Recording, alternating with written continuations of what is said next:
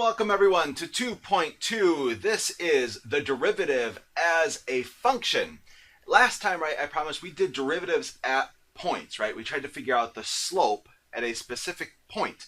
Now we're going to try to figure out the slope at all of the points, right?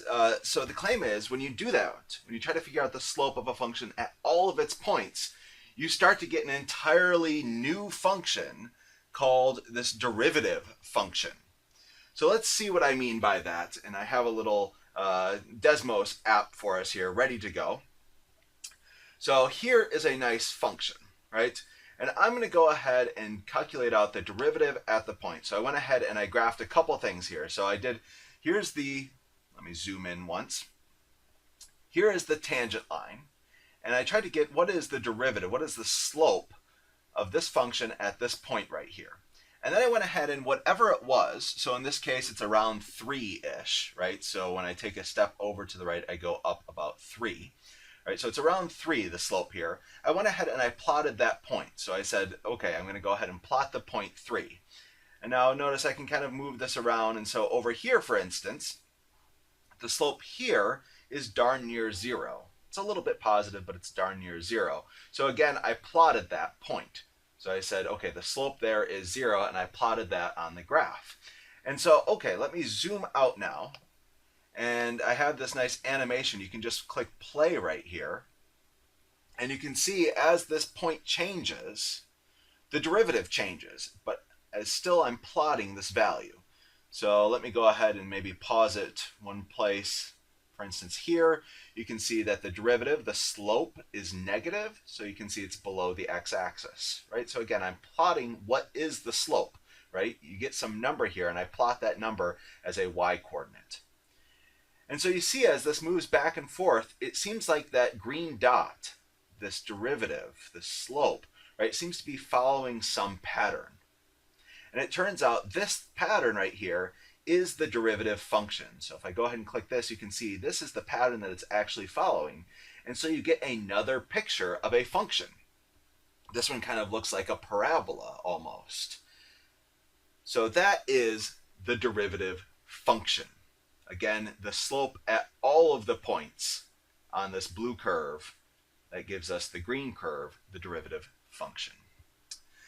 All right, so now that we can kind of visualize what is this thing, the derivative function, a big part of this video is going to be, okay, how do we calculate the derivative function? How can I figure out what its equation is? So let me give you a definition here. We have the derivative of a function f, and we're going to denote this by f prime, so similar to our previous section, but instead of at a point like f prime of a, the function itself is going to be called f prime. And it is the function denoted by f prime of x is equal to, and now we're going to have the same limit as h goes to 0, but now of f of x plus h minus f of x divided by h. So basically the only difference kind of when you're staring at this compared to the 2-1 stuff is that instead of the c's here, you have x's. So now you're going to have a function instead of just a number. All right. Another common notation is called the Leibniz notation, and it's written like this. So instead of f prime of x, you may see df dx. So this is the derivative of f with respect to x, or this d dx. So this would be the derivative with respect to x of the function f. So these are all kind of common notations in addition to our f prime of x. Then if you want to go ahead and evaluate out and say what is the derivative at a specific point, well, here you could just do f prime of c. But using the Leibniz notation, you would do df dx evaluated at, so this long bar right here, evaluated at x equals c. So evaluated at x equals c. So that's another type of common notation. You may see this in your homework or quizzes or exams, so I want to make sure that you're familiar with it. All right, Now, let's go ahead and try to actually apply this to a specific function. Compute the derivative using the limit definition for our nice quadratic function here, x squared plus x minus 8. So I'm going to go ahead and write down our definition. F prime of x is going to be equal to the limit as h goes to 0 of f of x plus h minus f of x divided by h. And now, just as we were doing in 2.1, let me go ahead and calculate out what is f of x and what is f of x plus h. So f of x is just actually given right here, so we don't have to calculate out anything. We're done. On the other hand, f of x plus h usually takes a few lines of work. So f of x plus h, remember this is plugging in x plus h everywhere I see an x up here. So this is going to be x plus h quantity squared plus x plus h minus 8. And now let me go ahead and expand this. So remember, this right here, I know people are sometimes tempted to do x squared plus h squared, right? You just distribute that too. But the claim is this is not correct, right? Let's pull this aside really quick. And x plus h squared is the same thing as x plus h times x plus h. So we need to FOIL it all out, right? The first, the inners, the outers, and the lasts. And so when you FOIL it all out, you get an extra term, this plus 2hx. So it's important that you remember this term, otherwise we're going to get different answers, and I'm sorry to say, yours will be wrong. All right, plus x plus h minus 8. All right, now that we have this all expanded out, let's go ahead and plug it back into our formula over here. So the limit as h goes to 0 of f of x plus h, x squared plus h squared plus 2hx plus x plus h minus 8. And now we're going to subtract away f of x. So I'm going to subtract away, here's my f of x right here, x squared plus x minus 8. And now the claim is, let me go ahead and finish this, I have made a mistake. So pause the video here, take 2 seconds, try to figure out what was my mistake, and then I'll spoil the surprise. Okay, so the mistake that I made was actually a common one. It's one that I see all the time. So we have to subtract away all of f of x. But notice when I wrote this, I just subtracted away the x squared. I need to subtract away all of f of x. So I'm going to subtract away all of f of x, and this makes a big difference, right? Because then you need to apply this negative to all of these pieces.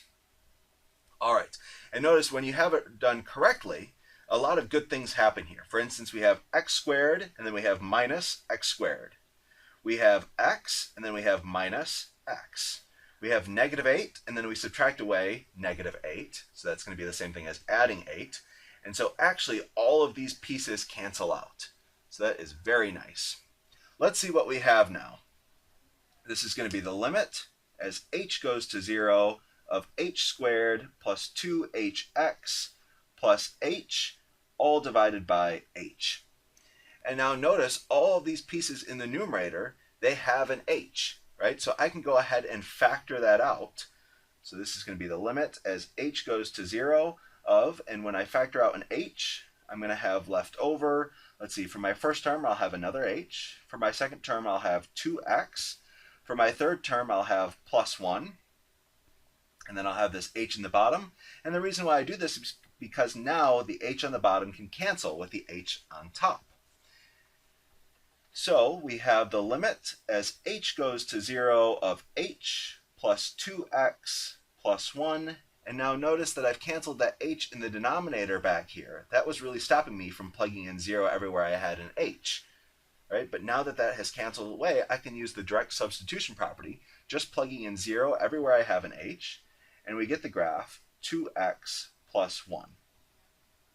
So 2x plus 1 is going to be the derivative of x squared plus x minus 8.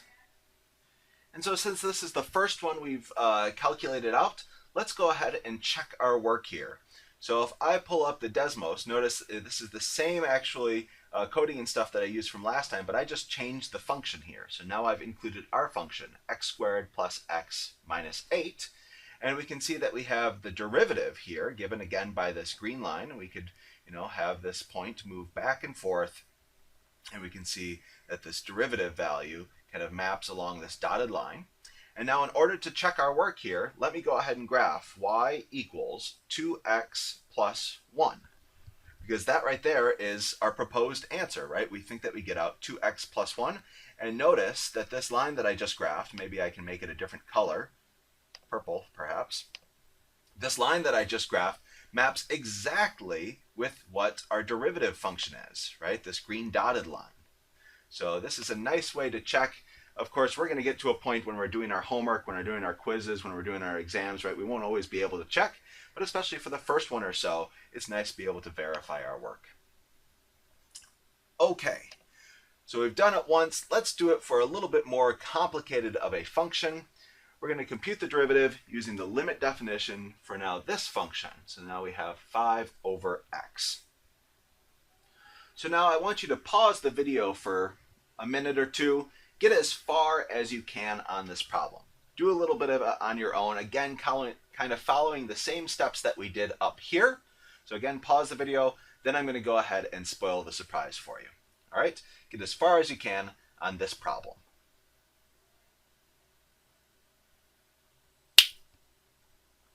All right, so I find typically students make it around this far. Let me kind of point out a few things though. So the first thing, when you do g of x plus h, again, you plug in your x plus h everywhere you see an x. So in this case, the x plus h needs to all be in the denominator. One common mistake I sometimes see is that we get 5 over x plus h, right? So this would be the same thing, I guess, as g of x plus h, where you just take the g of x function and then you add h to it. So this is not what we want.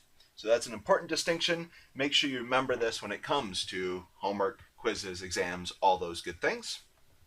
Now, we can go ahead and plug these things in. Again, g of x plus h minus g of x all over h. And sometimes I see people get stuck at this point, right? So when you have these denominators over denominators, the claim is, well, let's kind of maybe, instead of dividing by h, let's go ahead and multiply by its reciprocal. I like to do this just so that it makes it look a little bit cleaner. So I'm going to go ahead and multiply by its reciprocal 1 over h.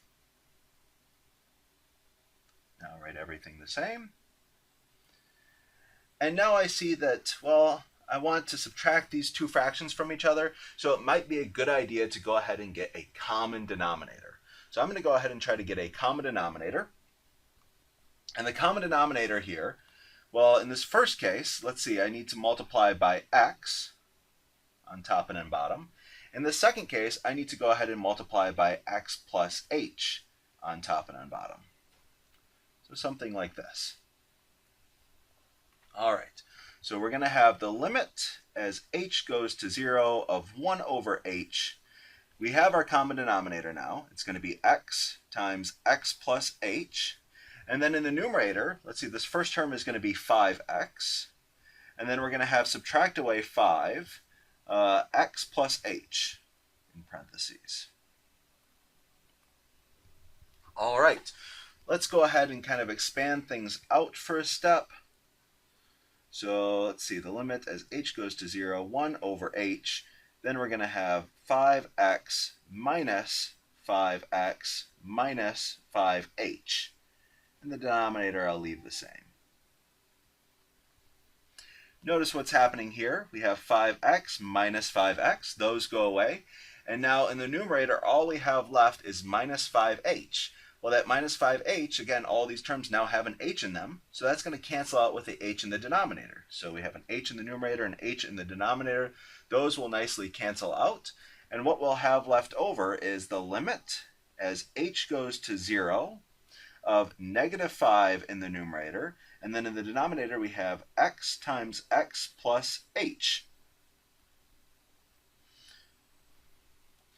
So now the only thing left, again, we've canceled out this h in the denominator here. That was kind of stopping us from plugging in 0 everywhere I had an h. But now that that's gone, I can go ahead and plug in 0 everywhere I have an h using this good old direct substitution property. And I'm going to get negative 5 on top. And then I'm going to have x times x plus 0. So it's going to be x times x, which is another way to say x squared. And that is our final answer. That is the derivative function. All right, you're certainly going to get a lot of practice calculating out derivative functions in your homework and quizzes and exams. Let us see one more definition before we take a little bit of a break here. So a function f is called differentiable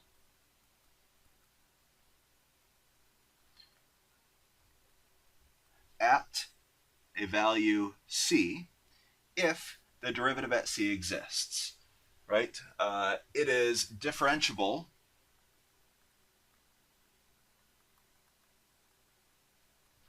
on the interval a to b, so open interval here, if it is differentiable at every number in that interval, a to b. And so the claim is, our next video is going to talk about, right, the claim is the derivative doesn't always exist. We've actually seen a case of this in 2.1, and we're going to explore a little bit further the ways that derivatives don't exist. So I want to be able to talk about differentiable and non-differentiable. All right, that's it for this video. Go ahead and take a break. I'll see you guys next time.